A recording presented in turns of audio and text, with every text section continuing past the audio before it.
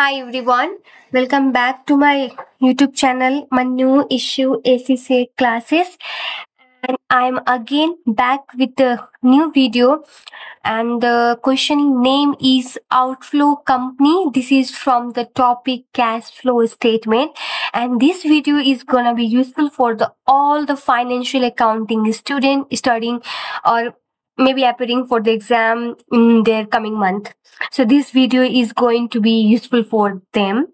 And मैंने almost 90% of the kit exam kit ये Kaplan 1 for the FA student upload कर दिया है यूट्यूब पे. It's fully free of cost. आपको कोई सब्सक्रिप्शन कोई मेंबरशिप पे नहीं करना पड़ेगा. It's fully free of cost. आप मेरे यूट्यूब चैनल पे जाओ और प्लेलिस्ट सर्च करो. You will find all the video there. So hurry up guys, go to my channel and check it out, and please don't forget to subscribe my channel. क्या पता आने वाले time में मैं भी सब्सक्रिप्शन या membership charge करूँ क्या. So it's better to subscribe now, है ना, rather than paying the membership and the subscription in the coming of days in order to access the video. Okay, so it's free for now, so go and check it out. In case you have any query, question, you can come to me. I will address your query for sure. Okay, so let's start the today question, and that's the outflow, and this is the last question, long question from the cash flow statement. We have covered the previous one. Okay, so if we look at the question, they have provided the profit and loss, which is very we are pretty much sure about this, that they will provide the profit and loss and the statement of financial position for the last 2 years, current one and the previous one. Okay, and then they will provide a short notes there. Here it is. And what the requirement says: using the information available, complete the statement of cash flow using the indirect method of outflow company for the year ended 30 April 20x2 in accordance with the requirement of IAS 7 statement of cash flow. Right. So cash flow को कौन से standard govern करता है? It's IAS 7. और FA के लिए जो ये कैश फ्लो पूछता है, इट्स वेरी इजी. आप जैसे से ऊपर जाओगे, जैसे FR और SBR में तो और एडवांस है. ठीक है, सो अगर ये बेस अच्छा रहा तो वो भी क्लियर करना इज वेरी इजी.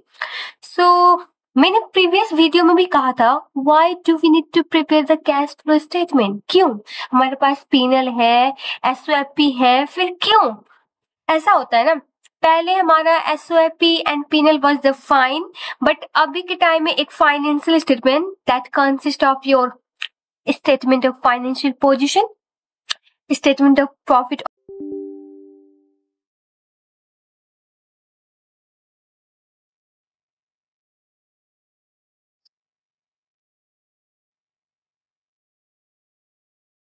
या ये फॉर्मेट आपका सब चीज सेम है. The main thing is that what the issue.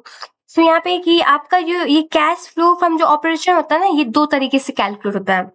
एक होता है आपका डायरेक्ट, जिसमें हमारा कस्टमर को कितना पैसा आया कस्टमर से, वो रिसीवेबल देख के चेक करेंगे. एंड देन हम लोग, एक सेकेंड, स्टोरेज प्रॉब्लम आ रही है. ठीक, कस्टमर से कितना पैसा आया, सप्लायर को कितना पैसा दिया, एंड एम्प्लॉय को सैलरी एंड वेजेस कितना दिया, उसके थ्रू यहाँ पे पता चलता है. ठीक है, यहाँ पे डायरेक्ट मेथड में वहां से हम लोग कैश जनरेट फ्रॉम ऑपरेशन निकालते हैं. अगर वही बात करें इनडायरेक्ट का, जो क्वेश्चन में पूछा है, वहां से आपका क्लियर हो जाएगा. सो ओके, क्वेश्चन में क्या कहता है आपका, या दिस इज द क्वेश्चन. पहले नोट्स भी पढ़ लेते हैं. Notes 300. So outflow company scrapped numerous items of plant and equipment during the year. The item scrapped were originally purchased for 7 million and they had a carrying amount of 1 million at the date of disposal.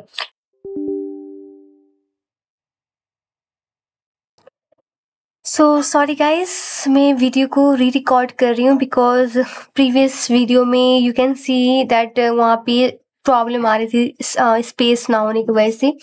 So now I am re recording this video. So I think we were discussing this point. So first point says outflow, company scrapped numerous items of plant and equipment during the year for the nil proceeds. So that means they received nothing in the hand while selling out a scrap item, and the value. Originally, this was purchased at 7 million, but the carrying amount in the books of account is 1 million. That means this 1 million should be removed from the PPE. And the gain or loss scrapping is included within the cost of sale. That's fine. Depreciation charge, they have already been provided, and as this is a non-cash item, that means we need to add back into the profit before tax.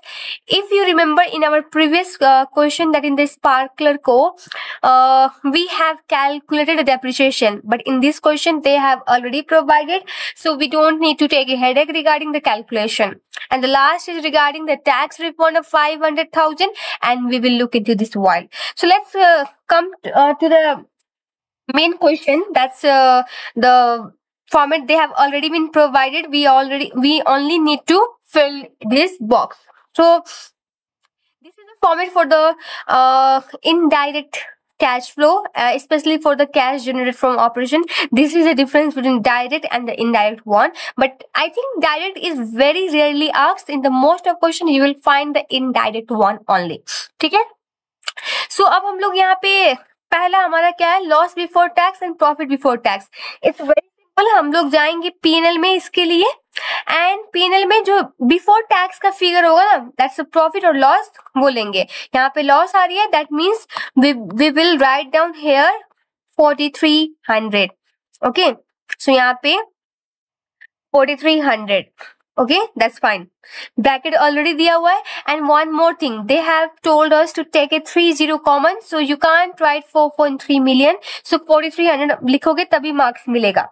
Now adjustment क्या चीज के लिए होगा, cash and non cash item के लिए. और हम लोग जो भी like income, non operating income, expense, जो भी नॉन ऑपरेटिंग इनकम स्पेशली वो डिडक्ट करेंगे, वन ऑफ आइटम डिडक्ट करेंगे, और जो current asset current liability increase decrease हुआ है उसके अकॉर्डिंग एड सब्ट्रैक्ट करेंगे. अभी क्वेश्चन करते जाएंगे, then I will make it clear. So पहला हमारा दिया है डेप्रिसिएशन. डेप्रिसिएशन क्या है, नॉन कैश आइटम है ना. सो क्वेश्चन में ऑलरेडी डेप्रिसिएशन दिया हुआ है, so we don't need to calculate. So if you will look to the notes, 11 million है, सो यहाँ पे हम लोग 11 मिलियन एड बैक कर देंगे. So here I will write down add 11,000 because 30 we are taking the common. ठीक है. Now loss on the scrap asset. अब इसके लिए भी नोट्स को फॉलो करेंगे. In the notes they told that they have selled out the scrap item, जिसके बदले उनको कुछ नहीं मिला हाथ में, नील. बट जो उसका कैरिंग अमाउंट है वो तो रिमूव करना पड़ेगा. सो अगर हम लोग को मान लो यहाँ पे सेल प्रोसीड क्या हो गया, 0, एंड कैरिंग अमाउंट कितना है, 1 million. So that means we are having the loss of 1 million. So again 1 million ना लिखकर we will only write down here 1000. ये क्या होगा, एड, बिकॉज ये लॉस ऊपर में सब्ट्रैक्ट हुआ था प्रॉफिट बिफोर टैक्स के ऊपर में. सो अब हम लोग ऐड करेंगे, दैट्स 1000. ठीक है, इस लॉस ऑन स्क्रैप एसेट के लिए. Now interest payable. अब इंटरेस्ट पेएबल ना देखो नीचे भी है ऊपर में भी है. जो ऊपर वाला पोर्शन यहाँ पे जो डिडक्ट करेंगे, सिंपल जाएंगे पीएनएल में, और यहाँ पे जो भी इंटरेस्ट पेएबल है, यहाँ भी हमारे केस में 1000 है, इस यहाँ पे सब्ट्रैक्ट हुआ है, तो अभी हम लोग ऐड कर देंगे वापस से. अब नाउ आप सोच रहे होगे क्यों हम लोग ऊपर ऐड करके नीचे सब्ट्रैक्ट करो, व्हाई? बिकॉज ये जो इंटरेस्ट पेएबल है ना, हम लोग यहाँ पे नीचे से सब्ट्रैक्ट करना होता है कैश जनरेटेड फ्रॉम ऑपरेशन के बाद. ये ऑपरेशन एक्टिविटी से कैश जनरेट ना हुआ है, ये ऑपरेशन एक्टिविटी नहीं है ना. सो दैट्स व्हाई हम लोग इसको यहाँ से ऐड करके नीचे से डिडक्ट करेंगे. आंसर में तो कोई इम्पैक्ट नहीं आएगा, but just only for the presentation purpose. और बट एक और चीज, जो नीचे होगा ना, ये एक्चुअल कैश पेड आइटम होगा. ये जो ऊपर दिखा रहे हैं ये एक्रूड है, जो वो फॉर द ईयर जो पे किया नहीं किया दोनों इंक्लूड है, बट एक्चुअल जो पे किया यहाँ पे हम लोग दिखाएंगे. अब इसके लिए हम लोग को कैलकुलेशन करना पड़ेगा, वहां पे भी आएंगे तो बात करेंगे. ठीक है. So interest payable is your 1000 which is added. अब क्या है, चेंज इन इन्वेंट्री. इसके लिए कहाँ जाएंगे हम लोग, एसओपी में. इसीलिए 2 साल का एसओपी दिया होता है, क्योंकि हम लोग को change in inventory, change in receivable, payable calculate करना पड़ता है. सो इन्वेंट्री क्या हो रहा है, घट रहा है कि बढ़ रहा है, it's decreasing by how much 3000। So inventory decrease हुआ मतलब हम लोगों ने गुड्स को सेल किया कस्टमर से कैश आया। So again we will add okay again we will add 3000। ठीक है, ये चेंज इन इन्वेंट्री के लिए हो गया। नाउ ट्रेड रिसीवल के लिए क्या है हमारा, ये भी डिक्रीज हो रहा है कितना से, let us do the calculation, calculator ये रहा। सो 52,000 माइनस 48750, ये करने के बाद 3250 से डिक्रीज हो रहा है, मतलब कस्टमर ने हमको पैसा दिया तब भी ये बैलेंस डिक्रीज हो रहा है। सो दैट मीन्स अगेन हम लोग ऐड करेंगे 3250 ट्रेड रिसीवल वाले पोर्शन में। So here 3250। Now trade payables के लिए हम लोग अगेन एसओपी में जाएंगे। यहाँ पे करंट लायबिलिटीज में ट्रेड पेबल्स है, ट्रेड पेबल्स भी घट रहा है। दैट मीन्स हम लोग ने सप्लायर को पैसा दिया, पैसा कैश क्या हुआ, रिड्यूस हो गया। सो 26,300 माइनस 27,500, ये 1200 है। सो मीन्स अब हम लोग यहाँ पे पैसा दे रहे हैं सप्लायर को, तो ये सब्ट्रैक्ट होगा। सो यहाँ पे सब्ट्रैक्ट 12 से, तो ये हो गया हमारा ऊपर का कैश जनरेटेड फ्रॉम ऑपरेशन का कैलकुलेशन डन। ठीक है, अब हम लोग नीचे के अब कैलकुलेशन करेंगे। यहाँ पे हम लोग को टोटल नहीं करना है, so they already said not applicable, so we don't need to take a headache regarding this. अब इंटरेस्ट पेड की बात करते हैं। इंटरेस्ट पेड के लिए हम लोग सबसे पहले चेक करेंगे एक्रूअल बुक हुआ है कि नहीं। एक्रूअल क्या है, लायबिलिटीज। कौन सा लायबिलिटीज, करंट लायबिलिटीज। सो एसओपी में जाके देखेंगे कोई सॉरी इंटरेस्ट पेबल करके रिकॉर्ड हुआ है कि नहीं। सो करंट लायबिलिटीज में नहीं है, सो दैट मीन्स जो भी इंटरेस्ट पेबल था वही हमारा नीचे में एज ए पेड डालेंगे। ठीक है, सो यहाँ पे हम लोग 1000 अब सब्ट्रैक्ट करेंगे। ठीक है, ऊपर में ऐड किया था, now we will do subtract 1000। अब इनकम टैक्स पेड के लिए हम लोग अगेन देखेंगे कोई टैक्स लायबिलिटी बुक हुआ है कि नहीं करंट लायबिलिटीज में, क्योंकि टैक्स एक साल में पे करना होता है, नहीं पे करोगे तो फाइन एंड पेनाल्टीज लगेगा, तो इसलिए करंट लायबिलिटीज में आएगा। सो टैक्स पेबल नहीं है प्रीवियस ईयर का कैरी फॉरवर्ड 5000 था, सो यहाँ पे नील है। एक और चीज चेक करना, करंट एसेट में कहीं रिकवरेबल तो नहीं है, क्योंकि इस साल तो नील है, देखो यहाँ पे रिकवरेबल है। So that means now our format will be, हम लोग टी अकाउंट्स में प्रिपेयर करेंगे इसको।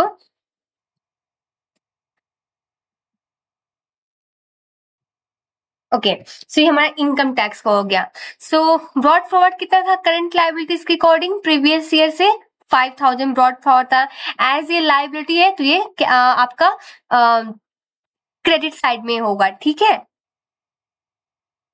नाउ अगर ये यहाँ पे बैलेंस दिया होता, इट मीन्स ये हमारा क्या है, लायबिलिटीज है, तो हमारा ब्रॉड नेक्स्ट ईयर का ब्रॉड फॉरवर्ड कहाँ जाएगा, क्रेडिट साइड में। उसके लिए कैरी फॉरवर्ड कहाँ होना पड़ा, डेबिट साइड में।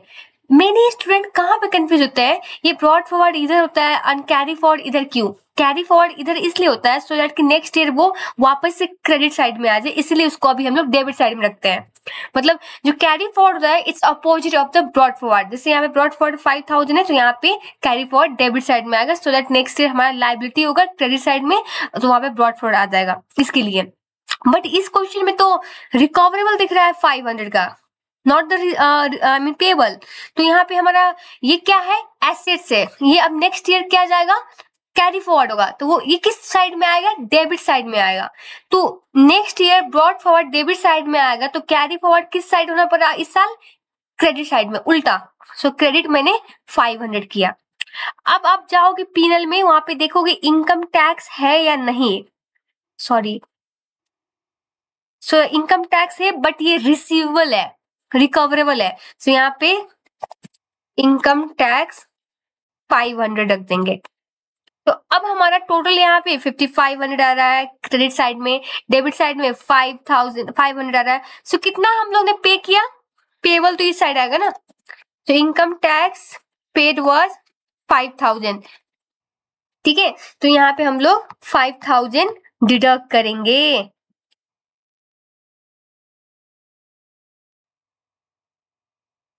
subtract 5,000. Okay, that's done. अब cash purchase for property, plant and equipment item 1. item 1 ये है, ठीक है. प्रॉपर्टी प्लांट एंड इक्विपमेंट के लिए यही चीज चलते हैं, ठीक है. ये हम लोग इसको नाम चेंज करते हैं पीपीई. पीपीई में ऊपर जाएंगे एसओएपी में. सो ब्रॉड फॉरवर्ड कितना था हमारा, अब ये डेबिट साइड में आएगा क्योंकि ये एसेट है. एसेट कहाँ पे आता है, डेबिट साइड में. Brought forward is your 100,000 and carry forward again ये क्रेडिट साइड में होगा क्योंकि नेक्स्ट ईयर इसको डेबिट साइड में जाना पड़ेगा, इसीलिए उल्टा. सो कितना है अमाउंट, 110,000. डन. अब क्वेश्चन में कहा था, कहाँ पे गया, नोट्स में याद है, इन्होंने डिस्पोज किया कितने आइटम का, 1 मिलियन का. सो 30 कॉमन लिया है. ओके, सो ये हमको रिमूव करना पड़ेगा पीपी से. रिमूव करने के लिए क्या करना पड़ेगा, क्रेडिट साइड में एंट्री पास करना होगा. डिस्पोजल कितना, 1000 का, ठीक है. ओके, डेप्रिसिएशन में चार्ज किया. डेप्रिसिएशन में तो हमारा एसेट का वैल्यू रिड्यूस करेगा. सो डेप्रिसिएशन इज योर 11,000, ये ठीक है. एंड देन रिवैल्यूएशन भी हुआ, यहाँ पे रिवैल्यूएशन की बात हुई है. तो रिवैल्यूएशन कहाँ से दिखेगा, इक्विटी एंड लायबिलिटीज में रिवैल्यूएशन सरप्लस कितना है, 22,000. पहले कितना था, 20,000. दैट मींस एसेट हमारा 2,000 से इंक्रीज हुआ है, ठीक है. तो this is a revaluation surplus, that's fine. अब कुछ और रह गया, I think we are done. So अब ऐड करते हैं. इधर ऐड करने के बाद कितना आएगा टोटल,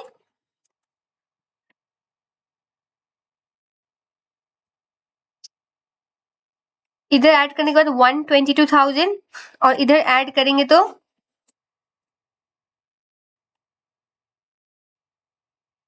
इधर तो 102,000 कम है, मींस डेबिट साइड में सर्टेन बैलेंस डिफरेंस आ रहा है. कितना का डिफरेंस आ रहा है, this minus this.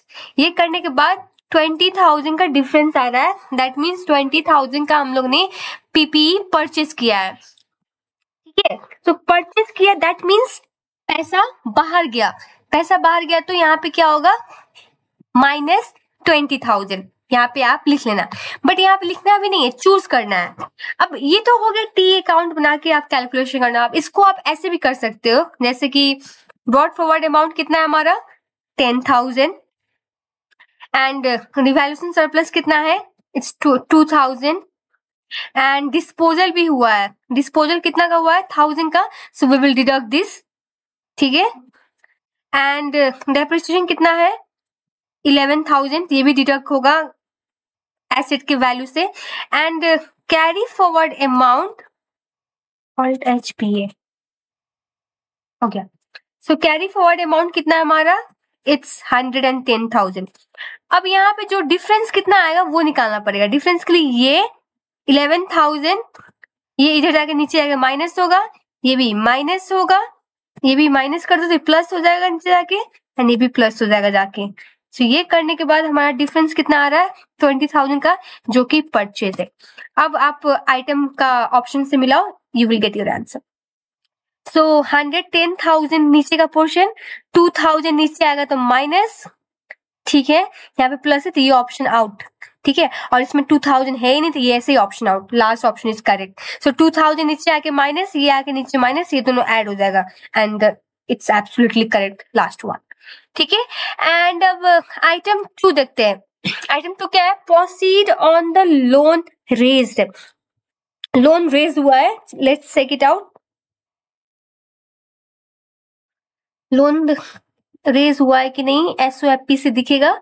And non current liability, yes, loan का अमाउंट बढ़ रहा है कितने से, सो 15,500 minus 8,000 and this will give us value of 7,500. सो हम लोग ने लोन लिया है, लायबिलिटी बढ़ा है, तो लोन लिया तो क्या होगा, पैसा आया कि गया, पैसा आया. That means we will add. So here यहाँ पे ऐड 7,500, ठीक है. Now proceed of share issue. Proceed of share issue, share issue किया है क्या हम लोग ने, वो कैसे मालूम चलेगा. अब इसके लिए आपको share equity plus share premium दोनों देखना पड़ेगा, ठीक है. सो यहाँ पे 4,000 से इंक्रीज हो रहा है, यहाँ पे 1,000 मतलब 5,000. सो 5,000 क्या हुआ, पैसा आया कि गया? हम लोग शेयर इशू किया तो शेयर होल्डर ने पैसा डाला ना, तो पैसा आया ना, सो यहाँ पे 5000 विल बी एडेड। अब यहाँ पे आइटम 2 बोल रहा है चूज करने को, आइटम 2 में चले जाते हैं। तो आइटम 2 में क्या है हमारे पास? ओके, सो सिंपली हम लोग ने 44,000 माइनस 40,000 किया। 44,000 प्रीवियस ईयर करंट ईयर का शेयर कैपिटल है। 44,000 माइनस 4,000 प्लस 5,000 माइनस 4,000, यही किया होगा आई थिंक। यस, ठीक है, ऑप्शन बी इज करेक्ट। ये डन डन। अब डिविडेंड पेड, डिविडेंड पेड के लिए आपको कैलकुलेशन करना होगा। उसके लिए भी कैलकुलेशन ऐसे भी कर सकते हो और ऐसे भी कर सकते हो, whichever you feel easy you can go with that। Dividend paid के लिए हम लोग देखेंगे रिटेन अर्निंग, ठीक है, ये सब मैं रिमूव कर देती हूँ फॉर नाउ।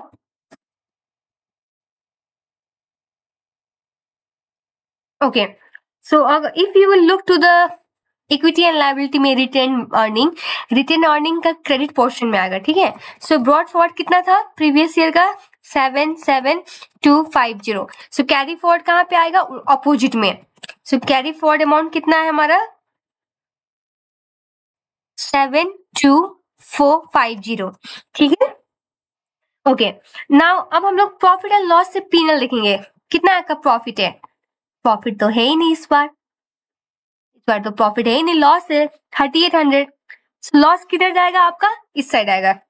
प्रॉफिट होता है तो इस साइड, लॉस है तो इस साइड। सो लॉस कितना का? 3800, ठीक है। अब इतना ही है। और उसके बाद में अब हम लोग ऐड करते हैं, इधर ऐड करेंगे तो कितना आएगा? 76250 और इधर इतना आ रहा है। तो डिफरेंस कितना आ रहा है? यहाँ पे डिफरेंस आ रहा है इस side. So difference is your dividend paid और अमाउंट कितना हो जाएगा? This minus this. अब ये 76250 में 1000 ऐड कर दोगे तो ये इक्वल हो जाएगा डेबिट एंड क्रेडिट। और डिफरेंस जो है हमारा डिविडेंड पेड का है। डिविडेंड पे करेंगे तो हमारा रिटेन अर्निंग घटेगा, ठीक है। ओके, नाउ अब ये पेड कर रहे हैं तो क्या होगा? कैश बाहर जाएगा। सो वी विल सबट्रैक्ट कितना? 1000। चलो डन। नाउ ये हो गया हमारा। अब यहाँ पे टोटल करेंगे, कितना आता है टोटल? आप एक बार ट्राई करो and I think it will be your -7750, ठीक है। आप सबको जोड़ो, यहाँ से जोड़ के यहाँ पे लाओ एंड फिर ये दोनों जोड़ के यहाँ पे वैल्यू लाओ, इसको आइटम जोड़ के यहाँ पे लेके आओ एंड इस सबको जोड़ के यहाँ पे। आई थिंक 750 आएगा।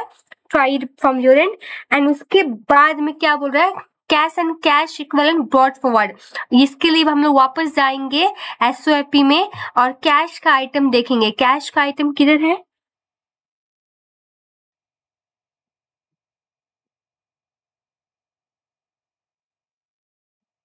Just a second. हाँ, ओके, सो कैश इधर नहीं है एसेट में, बट देयर इज लायबिलिटी कितना का? Bank overdraft 3250। सो अगर एसेट होता तो पॉजिटिव रखते हैं। अब ये लायबिलिटी है, so we will write down -3250, ठीक है।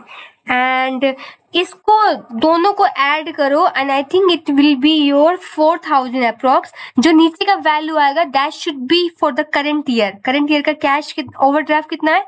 4000। सो नेगेटिव में आया ना हमारा 4000, सो मीन्स ओवरड्राफ्ट होगा एंड ये बैलेंस से मैच करना पड़ा। अगर पॉजिटिव आता तो यहाँ पे कैश का आइटम दिया होता, उससे मैच करते हैं हम लोग। सो ऐसे कैश फ्लो का क्वेश्चन ये we are done. So I hope आपको वीडियो अच्छा लगा होगा and do let me know in the comment box आपको किस पार्ट में चैलेंज लगता है इस टॉपिक में। I will make a video on the same. And one more thing, जैसे मैंने कहा, please don't forget to subscribe my channel, otherwise may be subscription या फिर मेंबरशिप का रूल्स एप्लीकेबल करने वाली हूँ। Thank you so much guys, have a good day.